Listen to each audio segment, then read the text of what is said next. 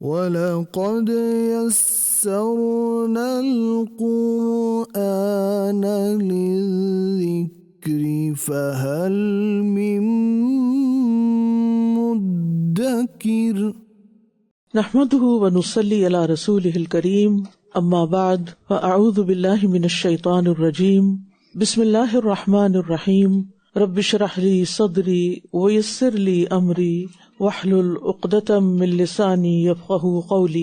یقیناً اللہ نے مومنوں پر احسان کیا جب انہی میں سے ایک رسول ان میں بھیجا، وہ انہیں اللہ کی آیات پڑھ کر سناتا ہے اور ان کا تزکیہ کرتا ہے اور انہیں کتاب و حکمت کی تعلیم دیتا ہے، اور یقیناً اس سے پہلے وہ کھلی گمراہی میں تھے۔ قرآن مجید کی تلاوت اور سماعت کے وقت اپنی نیت کی تجدید کر لیں۔ میں قرآن اس لیے پڑھوں کہ اللہ سبحانہ تعالیٰ مجھے اچھے اخلاق سے مزین کر دے، وہ اخلاق جس کی تعلیم نبی صلی اللہ علیہ وسلم نے دی۔ میں قرآن اس لیے پڑھوں کہ اللہ تعالیٰ اس کے ذریعے میرے غموں، دکھوں، تکلیفوں، بیماریوں کا مداوع فرما دے، میری پریشانیوں اور فکروں کو ختم کر دے۔ میں قرآن اس لیے پڑھوں کہ مجھے اللہ تعالیٰ شیطان کے شر اور اس کے وسوسوں سے نجات دے۔ میں قرآن اس لیے پڑھوں کہ اپنے آپ کو حق میں مشغول رکھوں اور باطل سے بچ جاؤں۔ میں قرآن اس لیے پڑھوں کہ نفس، شیطان اور اپنی خواہشات کے خلاف جہاد کر سکوں۔ میں قرآن اس لیے پڑھوں کہ اللہ تعالیٰ قیامت کے دن میرے گناہوں کو معاف فرما دے۔ قرآن مجید سننا اور سنانا سب سے عمدہ اور بہترین ذریعہ تذکیر ہے، یاد دہانی کا ذریعہ ہے۔ یہ وہ کتاب ہے جو انسان کو ہدایت کی طرف رہنمائی دیتی ہے، اور جب انسان اللہ کے راستے پر آ جاتا ہے تو دنیا میں بھی کامیاب ہوتا ہے اور آخرت میں بھی۔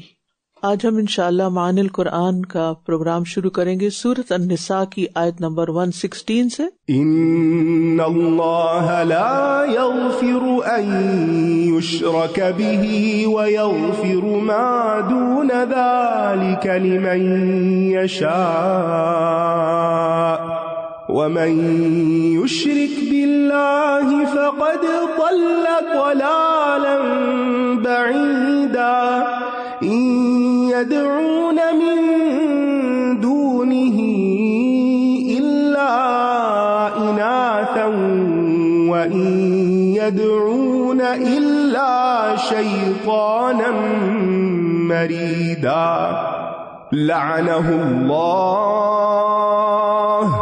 وقال لأتخذن من عبادك نصيبا مفروضا ولأضلنهم ولأمنينهم ولآمرنهم فليبتكن آذان الأنعام ولآمرنهم فليغيرن خلق الله ومن يتخذ الشيطان وليا من دون الله فقد خسر خسرانا مبينا يعدهم ويمنيهم وما يعدهم الشيطان إلا غرورا أولئك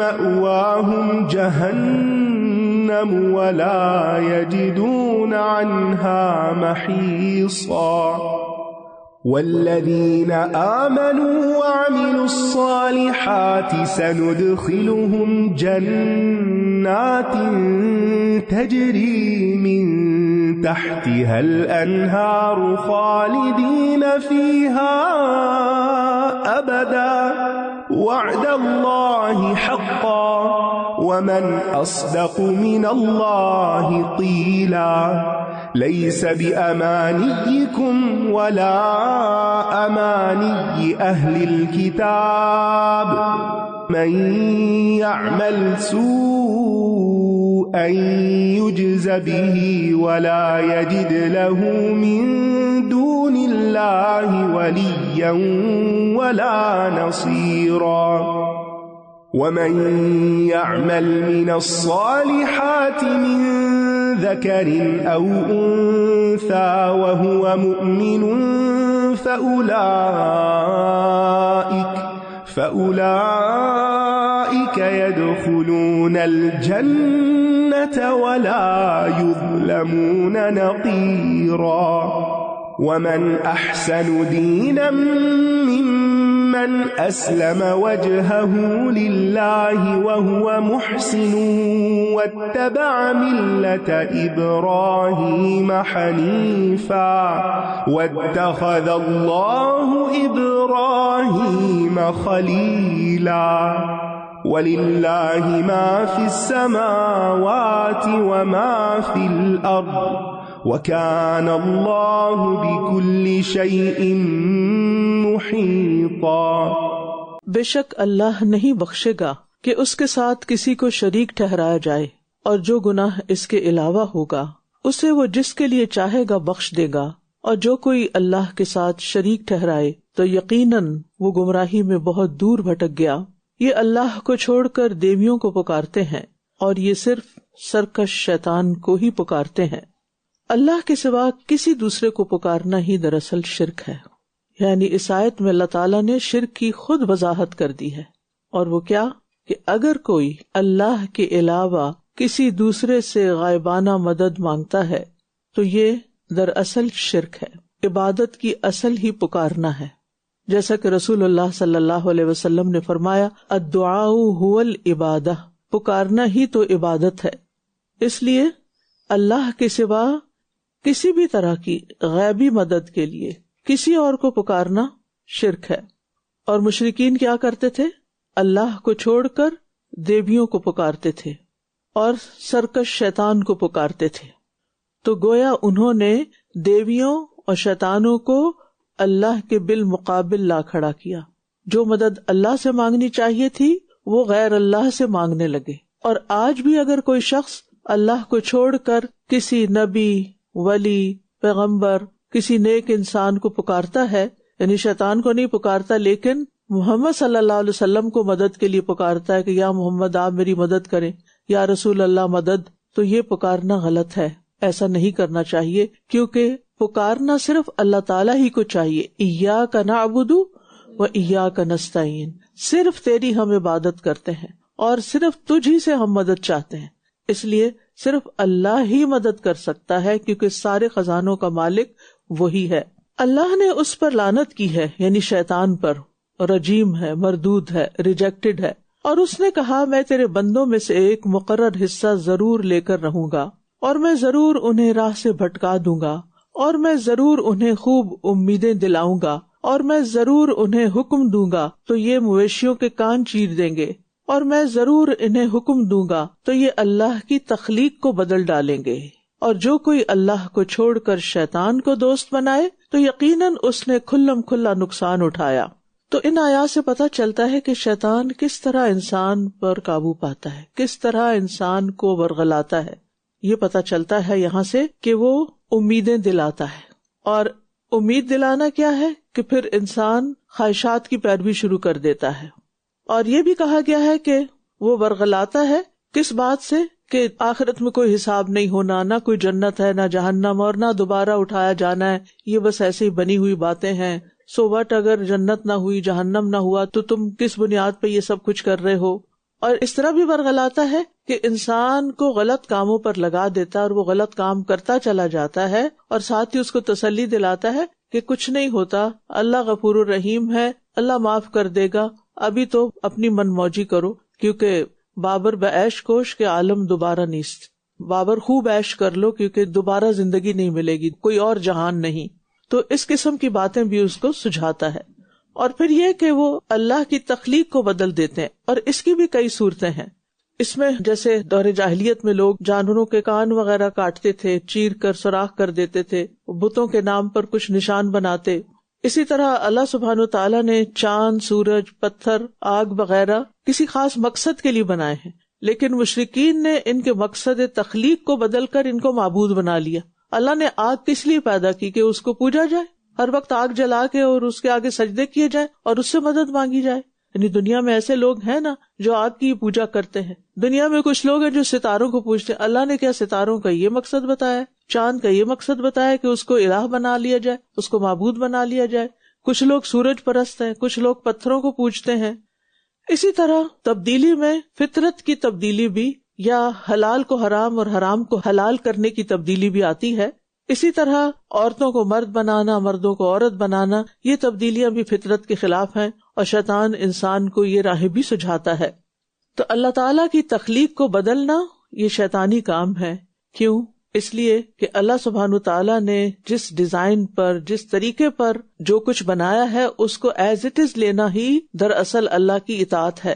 اور شیطان کیا چاہتا ہے کہ انسان اللہ کی بتائی ہوئی راہ سے ہٹ جائے. جو اللہ تعالیٰ بندے سے چاہتا ہے بندہ وہ نہ کرے، اور بندہ اس کے مقابلے میں شیطان کی بات مانے. اور شیطان انسان کے نفس کو اپنے کنٹرول میں لے کر اس سے اپنی مرضی کے کام کراتا ہے. یہ ان سے وعدے کرتا ہے اور انہیں امیدیں دلاتا ہے، اور شیطان ان سے جو وعدے کرتا ہے وہ سراسر دھوکے پر مبنی ہے.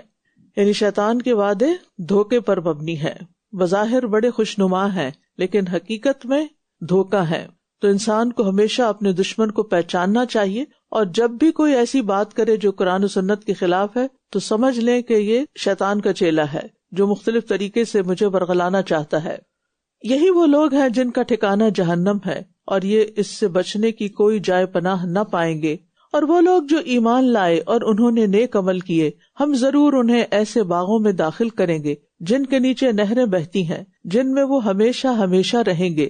اللہ کا وعدہ سچا ہے، اور قول و قرار میں اللہ سے بڑھ کر زیادہ سچا اور کون ہو سکتا ہے.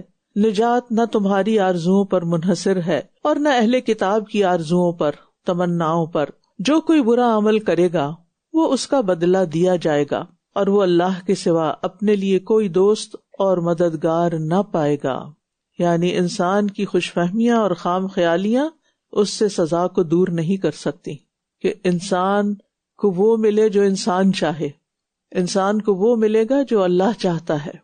اور اللہ ہمارے حق میں اچھا چاہے، اس کے لیے پھر ہمیں خود کو اچھا بنانا ہوگا. اور اچھا بنانے کا مطلب کیا ہے؟ کہ اللہ کی مرضی کے مطابق چلنا ہوگا اس زندگی میں. اور یہ بات انسان یاد رکھے کہ جو کچھ انسان کرے گا وہ اپنے سامنے پائے گا. جو کوئی برا عمل کرے گا وہ اس کا بدلہ دیا جائے گا. یعنی کوئی بھی غلطی جب انسان کرتا ہے یا برا عمل کرتا ہے یا کوئی جرم کرتا ہے تو وہ عمل، وہ جرم کل قیامت کے دن انسان ہی کے خلاف گواہی دینے والا بن کر آئے گا، اگر انسان نے دنیا میں اس سے توبہ نہ کی اور اپنی اصلاح نہ کی. اور جو کوئی نیک عمل کرے گا، خواہ مرد ہو یا عورت، بشرطے کہ وہ مومن ہو، تو یہی لوگ جنت میں داخل ہوں گے، اور وہ کھجور کی گٹلی میں شگاف کے برابر بھی ظلم نہ کیے جائیں گے. اور اس سے بڑھ کر دین میں کون اچھا ہوگا جس نے اپنا چہرہ اللہ کے سپرد کر دیا جبکہ وہ نیکوکار ہو، اور اس نے ملت ابراہیم کی پیروی کی جو یکسو تھا، اور اللہ نے ابراہیم کو خاص دوست بنا لیا، خلیل اللہ. تو یہاں پر آپ دیکھیے کہ جنت میں جانے والوں کی صفات بیان کی گئی ہیں کہ وہ نیک عمل کرنے والے ہوں اور وہ مومن ہوں، یعنی اللہ پر ایمان رکھتے ہوں، اپنے عمل کو خالص اللہ ہی کے لیے کریں، جیسے ابراہیم علیہ السلام نے خالص اللہ کی رضا کے لیے کام کیا، اللہ تعالیٰ کے احکامات کو پورا کیا اور ہر آزمائش میں پورے اترے، تو اللہ تعالیٰ نے ان کو اپنا دوست بنا لیا، قرب کا مقام عطا کیا. اور آسمانوں اور زمین میں جو کچھ ہے سب اللہ ہی کا ہے، اور اللہ نے ہر چیز کا احاطہ کر رکھا ہے. چیزوں پر نظر ڈالا کریں تو سوچا کریں اس کا مالک اللہ ہے، آسمان کا مالک اللہ ہے، زمین کا مالک اللہ ہے، ان درختوں کا مالک بھی اللہ ہے، یہ پھول جو میرے گارڈن میں ہیں ان کا اصل مالک اللہ ہے، یہ بچے جو اللہ نے مجھے دیے ہیں ان کا اصل مالک اللہ ہے، خود میرے ہاتھ پاؤں، میری آنکھیں، میری زبان، یہ سب کچھ ان کا اصل مالک اللہ ہے. میرے پاس یہ نعمتیں اللہ کے فضل کے طور پر بس وقتی طور پر آئی ہیں، اور ان کا شکر ادا کرنا اس شکل میں ہے کہ میں ان کو اللہ کی مرضی کے مطابق استعمال کروں. اگر اللہ کی دی ہوئی چیزوں کو، نعمتوں کو اللہ کی مرضی کے خلاف استعمال کیا تو کل یہ سب ہمارے خلاف ہو جائیں گے، اور اس پر پھر انسان کی پکڑ ہوگی. وَيَسْتَفْتُونَكَ فِي النِّسَاءِ قُلِ اللَّهُ يُفْتِيكُمْ فِيهِنَّ وما يتلى عليكم في الكتاب في يتامى النساء اللاتي لا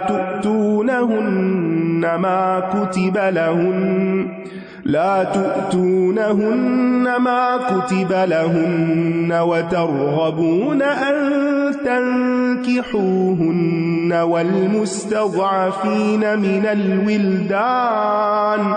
والمستضعفين من الولدان وأن تقوموا لليتامى بالقسط وما تفعلوا من خير فإن الله كان به عليما وإن امرأة خافت من بعلها نشوزا أو إعراضا فلا جناح عليهما أن يصلحا بينهما صلحا والصلح خير وأحضرت الأنفس الشح وإن تحسنوا وتتقوا فإن الله كان بما تعملون خبيرا ولن تستطيعوا أن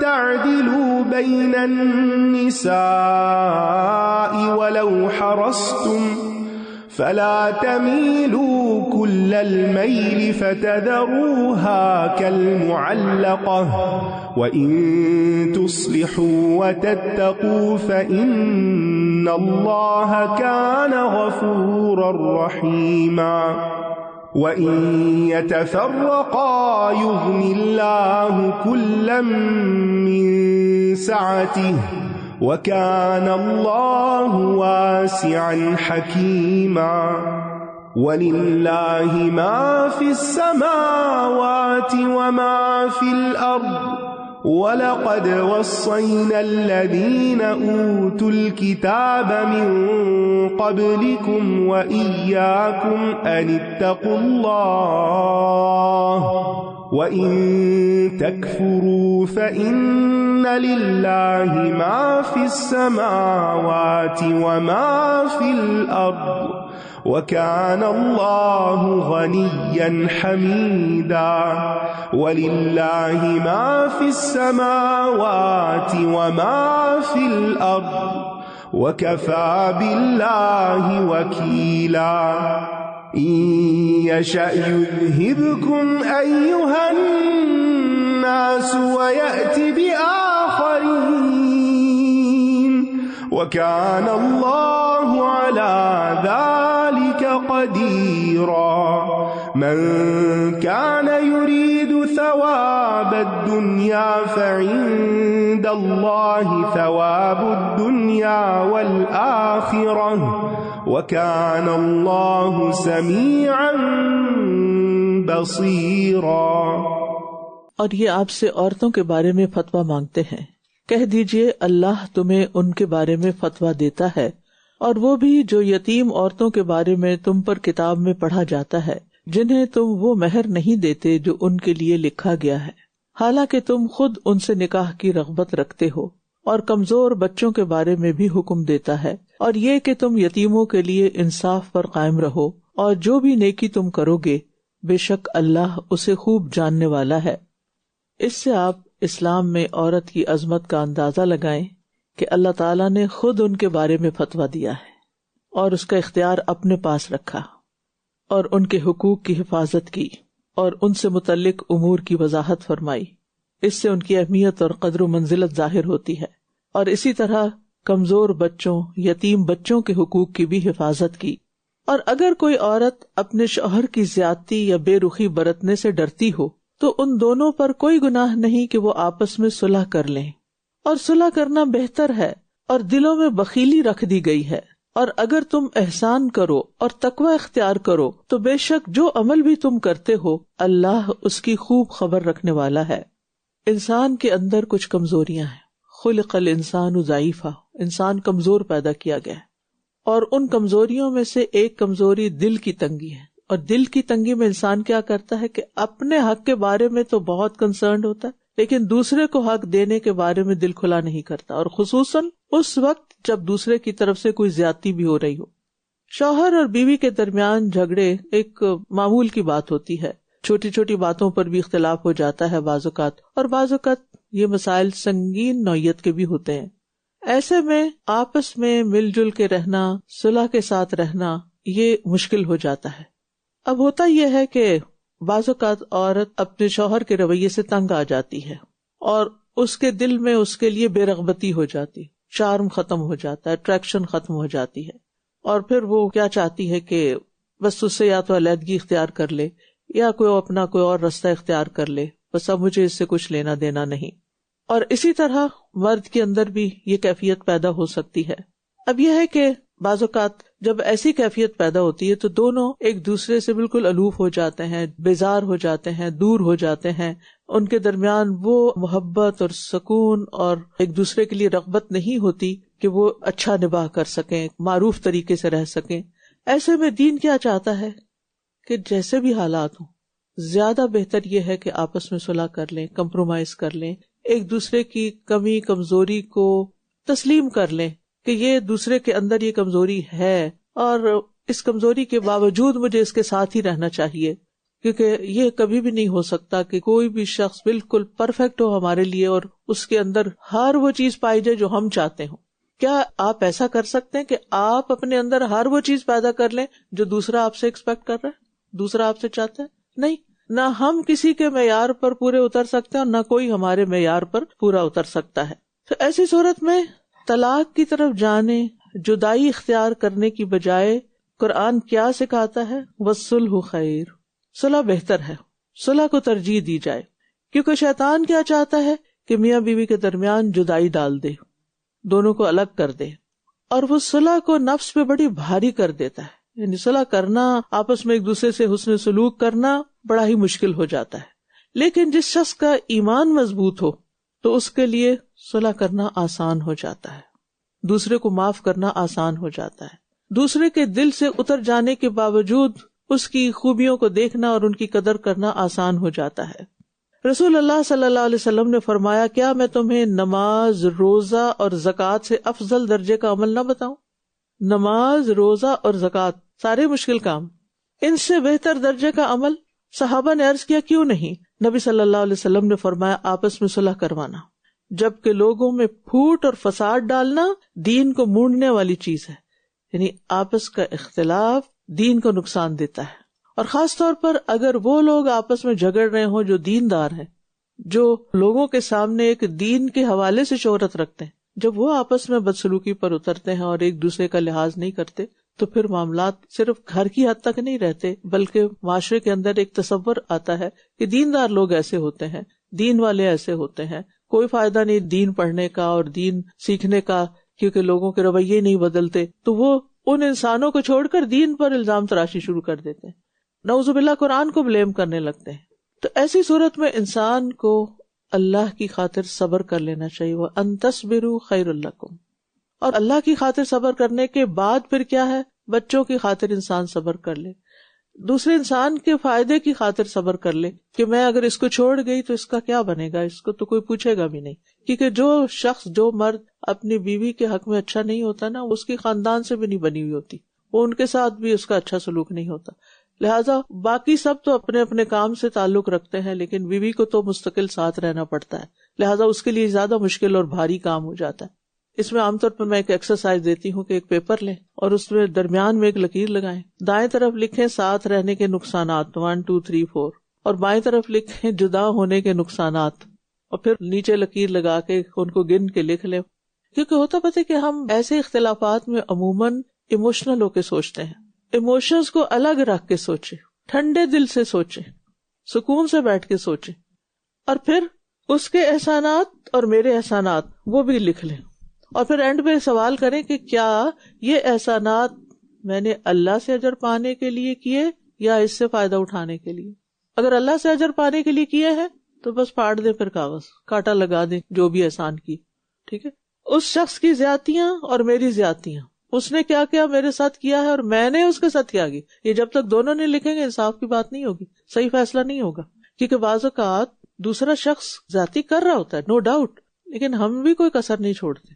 جہاں موقع ملتا ہے ہم بھی کچھ نہ کچھ سنا جاتے ہیں، کچھ نہ کچھ باتیں کر جاتے ہیں، کہیں نہ کہیں نقصان دے جاتے، کچھ نہ کچھ چھپا جاتے ہیں. سنسیئرٹی کا وہ لیول نہیں رہتا، چیزیں باتیں شیئر ہونے کی بجائے چھپائی جانے لگتی ہیں، جس کے نتیجے میں ایک دوسرے پہ ٹرسٹ نہیں رہتا اور معاملات خراب سے خراب تر ہوتے چلے جاتے ہیں.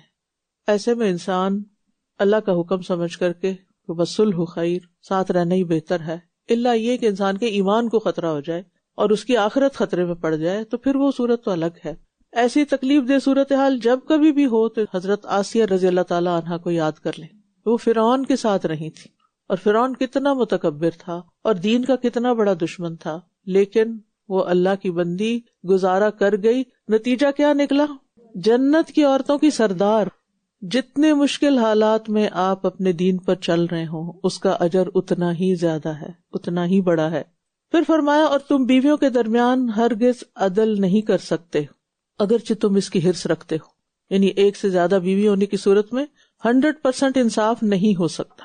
تو تم ایک ہی کی طرف پوری طرح مائل نہ ہو جاؤ کہ دوسری کو لٹکتی ہوئی چیز کی طرح چھوڑ دو کہ اس کے کوئی حقوق ہی نہ دو. اور اگر تم اصلاح کر لو اور تقوی اختیار کرو تو بے شک اللہ بہت بخشنے والا نہایت رحم کرنے والا ہے. اور اگر وہ دونوں ایک دوسرے سے الگ ہو جائیں، یعنی بالکل حالات ناگزیر ہو گئے ساتھ رہنے کے، تو اللہ ہر ایک کو اپنی وسعت سے غنی کر دے گا اور اللہ وسعت والا خوب حکمت والا ہے.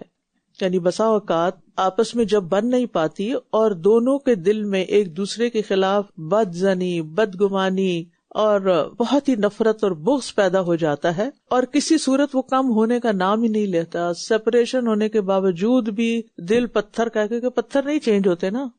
کبھی دیکھا ہے کوئی پتھر بدلاؤ؟ پتھر جیسے ہوتے ہیں ویسے ہی رہتے ہیں. تو بعض لوگوں کے دل بھی پتھر ہوتے ہیں، بلکہ پتھروں سے بھی سخت ہوتے ہیں.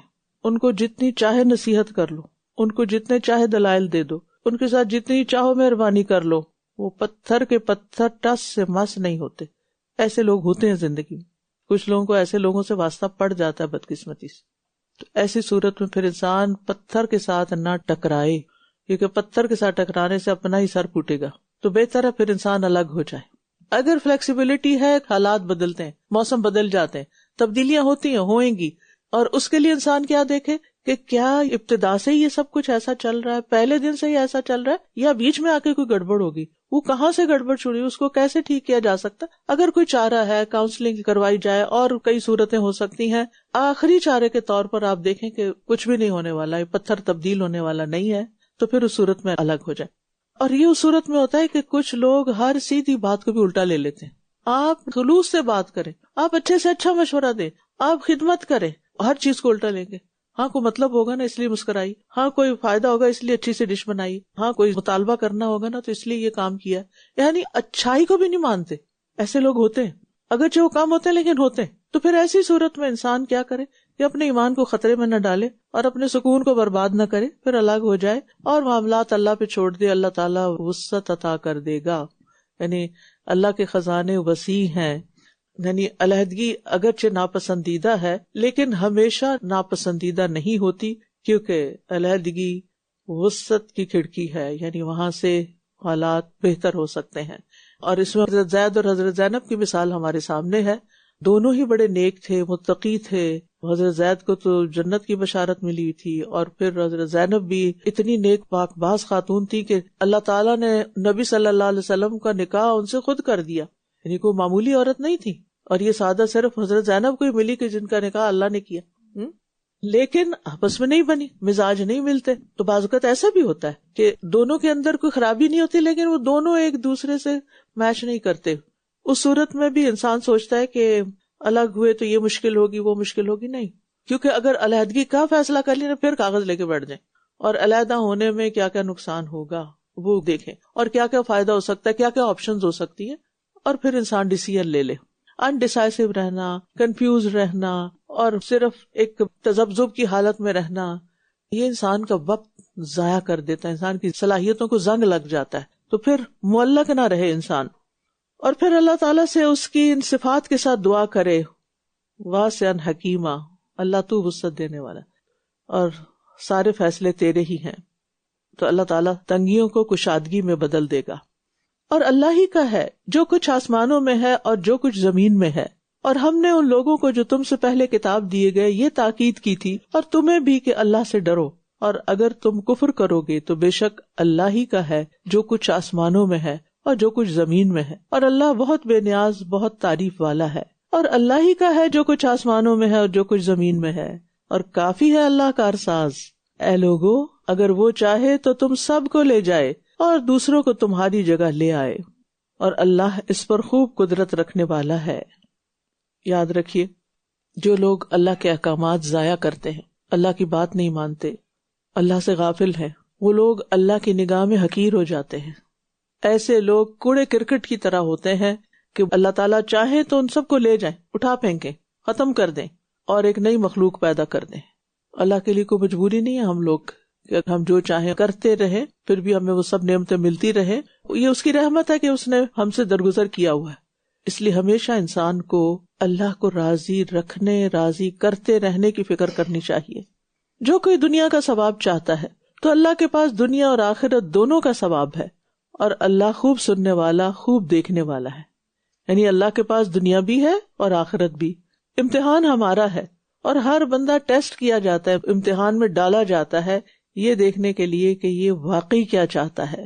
اگر یہ صرف دنیا کے فائدے چاہتا ہے اور دنیا میں ہی مگن ہو گیا تو اس کو دنیا مل جائے گی، اور اگر یہ آخرت چاہتا ہے تو یقیناً اس کو آخرت میں ثواب ملے گا. آپ دیکھیے کہ کتنی چھوٹی نظر ہے نا اس انسان کی جو صرف دنیا پہ فوکس کیے ہوئے اور آخرت کو بھولے ہوئے. عقل مند وہ ہے، وسعت نظر اس کی ہے کہ جو یہ مانگ سکتا ہو ربنا آتنا فی الدنیا حسنۃ وفی الآخرۃ حسنۃ. آخرت کو بھول کر صرف دنیا مانگنا نقصان دہ ہے. اور یہاں سے یہ مطلب بھی نکلتا ہے کہ دنیاوی فائدوں کے لیے نیک اعمال کا آخرت میں کوئی حصہ نہیں ہوگا. یعنی اگر آپ کوئی نیکی صرف اس لیے کر رہے ہیں نا کہ دنیا میں اس کا کوئی فائدہ مل جائے تو وہ آخرت میں فائدہ نہیں دے گی. مثلا روزہ دنیا کے فائدے کے لیے رکھے کہ میری ڈائٹنگ ہو جائے، میری صحت اچھی ہو جائے. تہجد اس لیے پڑھے کہ اس کا کاروبار اچھا ہو جائے، پروفٹ زیادہ ہو جائے.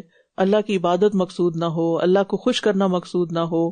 تو جو شخص دنیا پانے کے لیے سب کچھ کرتا ہے تو جو اللہ نے لکھی ہے اس کے لیے دنیا اس کو دے دے گا.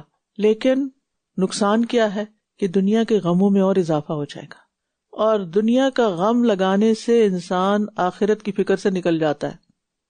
لیکن جب آخرت کا غم لگتا ہے تو دنیا کے غم ختم ہو جاتے ہیں. لہذا انسان یہاں بھی سکھ میں وہاں بھی سکھ میں، اور جتنا جو آخرت کی فکر کرے گا اسی حساب سے اس کے دل سے دنیا نکلے گی. اور دنیا کو نکالنے کا اور دنیا کو پیچھے کرنے کا یہی سب سے بہترین نسخہ ہے. وآخر دعوانا ان الحمد للہ رب العالمین. سبحانک اللہم وبحمدک، اشہد ان لا الہ الا انت، استغفرک واتوب الیک. السلام علیکم ورحمۃ اللہ وبرکاتہ. وَلَقَدْ يَسَّرْنَا الْقُرْآنَ لِلذِّكْرِ فَهَلْ مِن مُّدَّكِرٍ